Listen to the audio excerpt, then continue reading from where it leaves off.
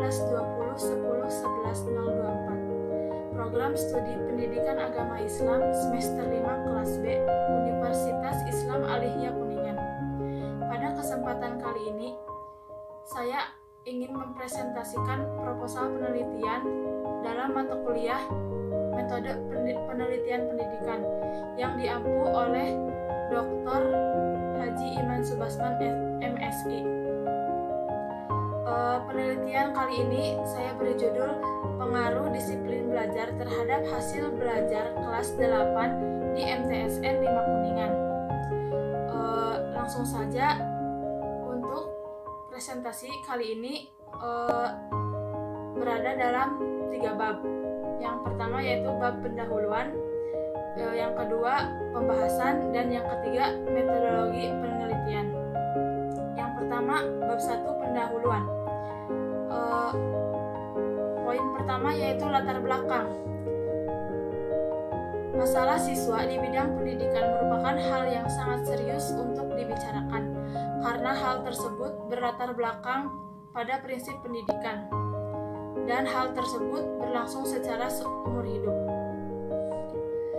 Dalam menanamkan disiplin, guru bertanggung jawab mengarahkan dan berbuat baik, menjadi contoh, sabar, dan penuh pengertian.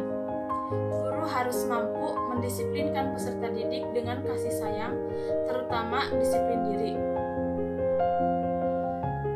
Selanjutnya yaitu untuk mencapai hasil belajar yang optimal, terdapat 2 faktor yang mempengaruhi hasil belajar, yaitu faktor internal dan faktor eksternal. Permasalahan di MTSN 5 Kuningan itu sekolah sudah menerapkan baik tata tertib dan peraturan-peraturan sekolah. Namun banyak saja siswa ataupun guru yang belum bisa melaksanakan akan tata tertib tersebut. Permasalahan yang saya temukan dalam penelitian kali ini yaitu terdapat beberapa siswa dan juga guru yang belum disiplin, terutama masalah waktu. Sebagai contoh, ada saja guru dan siswa yang telat masuk pelajaran, sehingga secara tidak sadar dapat menumbuhkan sikap tidak disiplin terhadap siswa. Ada saja alasan yang mereka berikan. Ada pula dalam proses pembelajaran, jika guru memberikan tugas rumah atau PR, masih saja ada siswa yang telat mengerjakannya, bahkan tidak mengerjakannya sama sekali.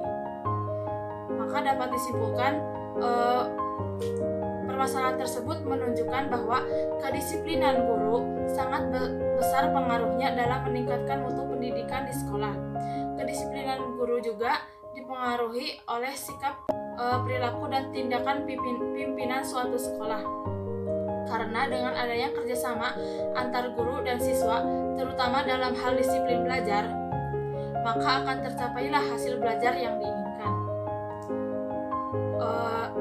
Jadi di sini penulis memberikan judul Pengaruh Disiplin Belajar terhadap Hasil Belajar Siswa Kelas 8 di MTSN 5 Kuningan. Bagian yang kedua yaitu rumusan masalah. Yang pertama, bagaimana disiplin belajar di MTSN 5 Kuningan. Yang kedua, bagaimana hasil belajar siswa kelas 8 di MTSN 5 Kuningan. Yang ketiga, bagaimana pengaruh disiplin belajar terhadap hasil belajar siswa kelas 8 di MTSN 5 Kuningan. Bagian yang ketiga yaitu tujuan masalah. Yang pertama, untuk mengetahui disiplin belajar di MTSN 5 Kuningan. Yang kedua yaitu untuk mengetahui hasil belajar siswa kelas 8 di MTSN 5 Kuningan. Yang ketiga, untuk mengetahui pengaruh disiplin belajar terhadap hasil belajar siswa kelas 8 di MTSN 5 Kuningan. Dan yang terakhir dalam bab 1 yaitu manfaat penelitian. Manfaat penelitian di sini terbagi menjadi 2, yaitu manfaat teoritis dan manfaat praktis. Manfaat teoritis, penelitian dapat digunakan untuk memberikan informasi dan diharapkan menjadi referensi untuk memperluas wawasan serta pengetahuan mengenai berbagai hal mengenai pengaruh disiplin belajar terhadap hasil belajar siswa. Dan yang kedua yaitu manfaat secara praktis. Dibagi menjadi 3, bagi siswa, bagi guru, dan bagi pihak sekolah.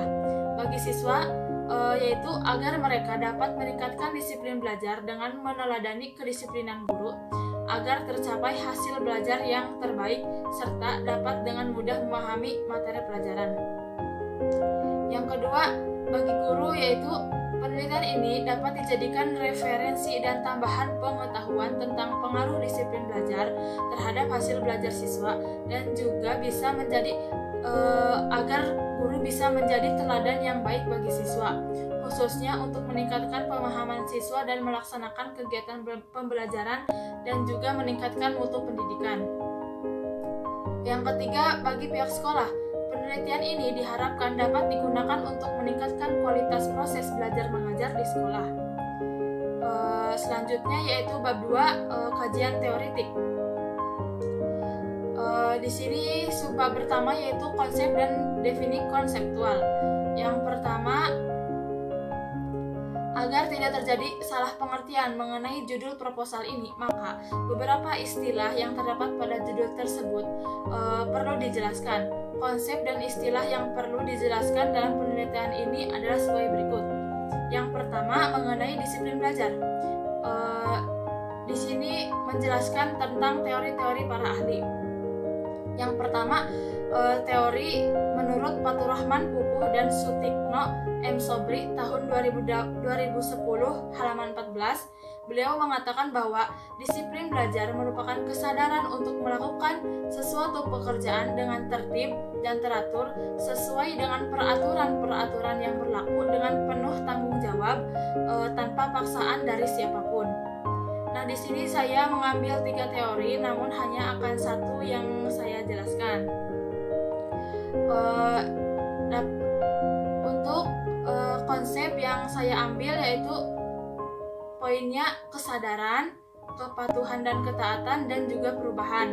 Nah, dari ketiga konsep yang saya ambil dapat disimpulkan bahwa penulis mengambil definisi dari konsep tersebut sebagai berikut, yaitu suatu perubahan yang dilakukan dengan kesadaran yang muncul dari hatinya untuk melakukan suatu kepatuhan dan ketaatan dari setiap peraturan yang ada. Nah, yang selanjutnya yaitu mengenai hasil belajar. Menurut Purwanto tahun 2010 halaman 46, hasil belajar adalah perubahan perilaku siswa akibat belajar.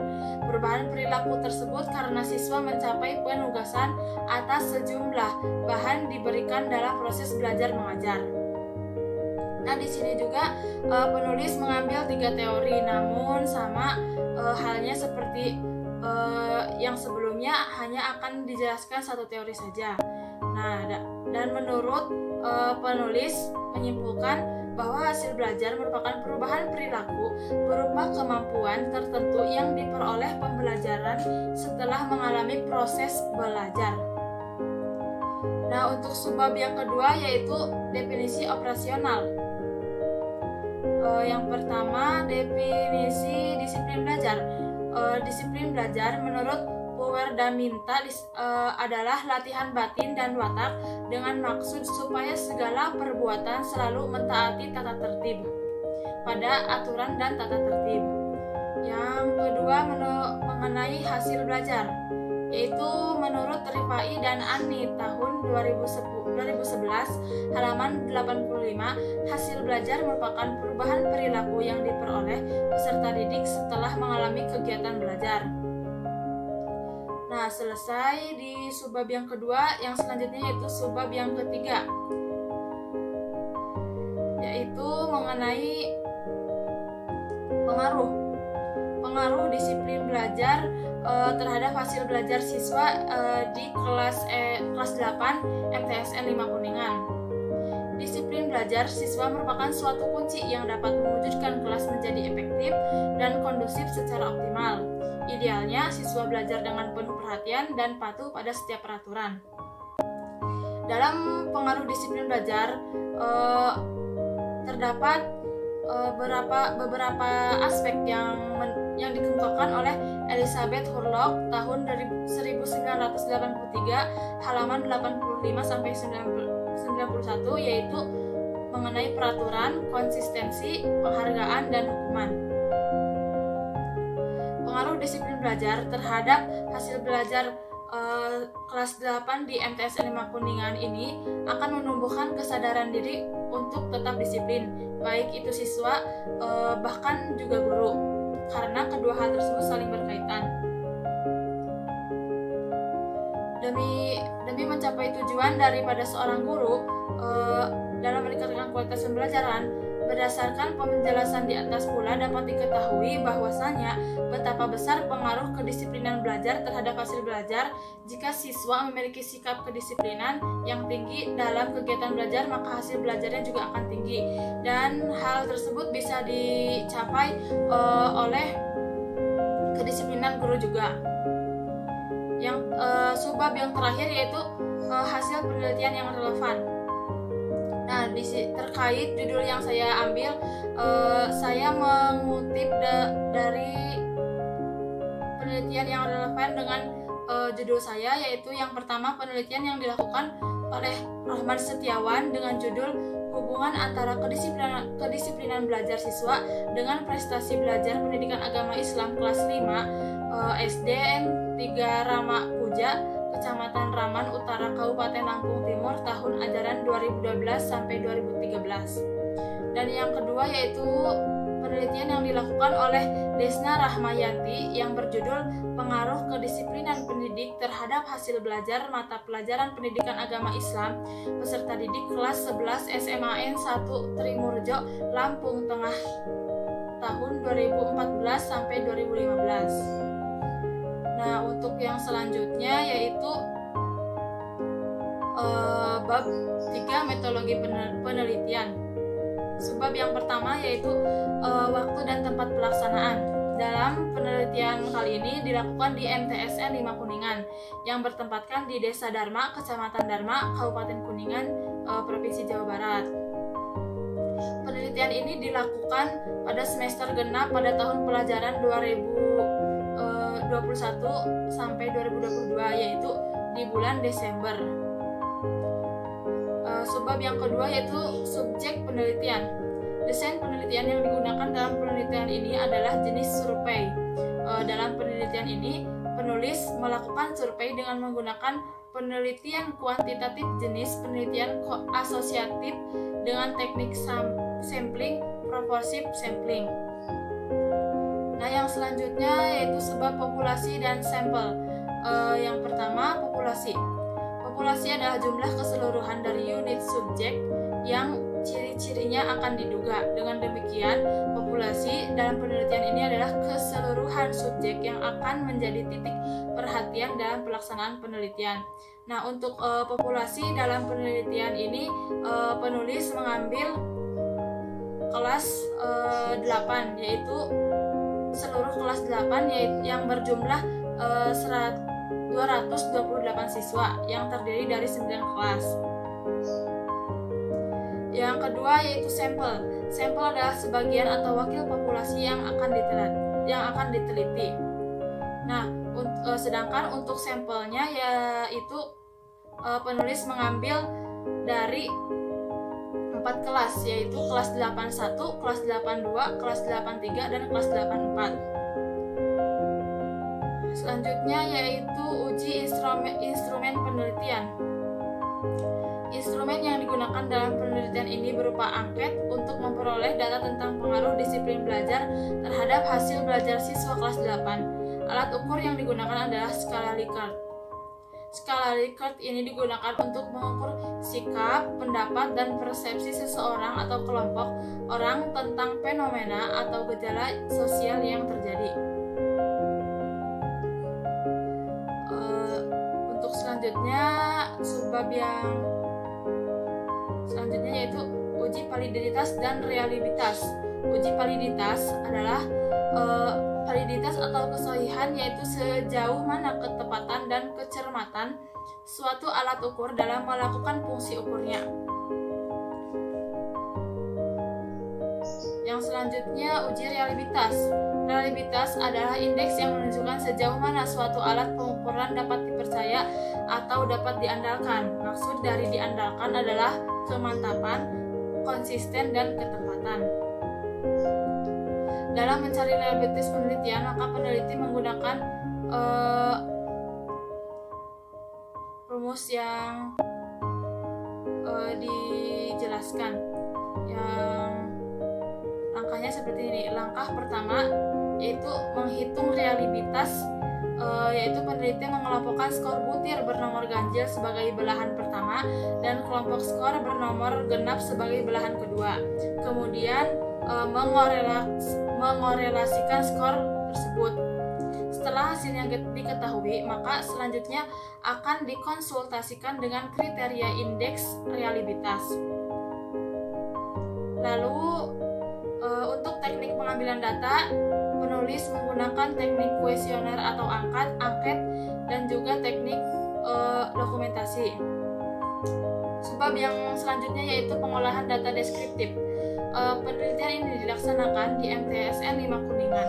Tujuan dari penelitian ini adalah untuk mengetahui apakah terdapat hubungan antara variabel X disiplin belajar dan variabel Y hasil belajar siswa kelas 8. MTSN 5 Kuningan memiliki 36 guru yang tersebar di seluruh kelas dan memiliki 29 rombel belajar dengan jumlah siswa keseluruhan sebanyak 928 orang. Nah, pada penelitian kali ini saya hanya mengambil di kelas 8 saja yang berjumlah 228, namun yang digunakan dalam sampel itu hanya 4 kelas yang berjumlah 128 orang. Nah, penelitian ini menggunakan teknik pengumpulan data berupa angket yang penulis sebar kepada siswa kelas 81, kelas 82, kelas 83, dan kelas 84 yang berjumlah 128 orang. Angket tersebut berisi 25 pertanyaan mengenai disiplin belajar dan 26 pertanyaan mengenai hasil belajar siswa. Nah, yang terakhir, sebab yang terakhir yaitu uji hipotesis. Menurut Sugiono tahun 2018 halaman 89, uji hipotesis adalah suatu pertanyaan yang menunjukkan tentang hubungan antara dua variabel atau lebih. Maka pada penelitian ini penulis merumuskan hipotesis sebagai berikut. Yang pertama, HA, ada pengaruh disiplin belajar terhadap hasil belajar siswa kelas 8 di MTSN 5 Kuningan. Yang kedua, HO, tidak ada pengaruh disiplin belajar terhadap hasil belajar siswa kelas 8 di MTSN 5 Kuningan. Yang selanjutnya, HA, tidak terdapat hubungan antara disiplin belajar dengan hasil belajar siswa di MTSN 5 Kuningan. Yang terakhir, terdapat hubungan antara disiplin belajar dengan hasil belajar siswa di MTS 5 Kuningan, terutama di kelas 8. Mungkin dicukupkan sekian presentasi dari saya, kurang lebihnya mohon maaf. Billahi taufik wal hidayah. Wassalamualaikum warahmatullahi wabarakatuh.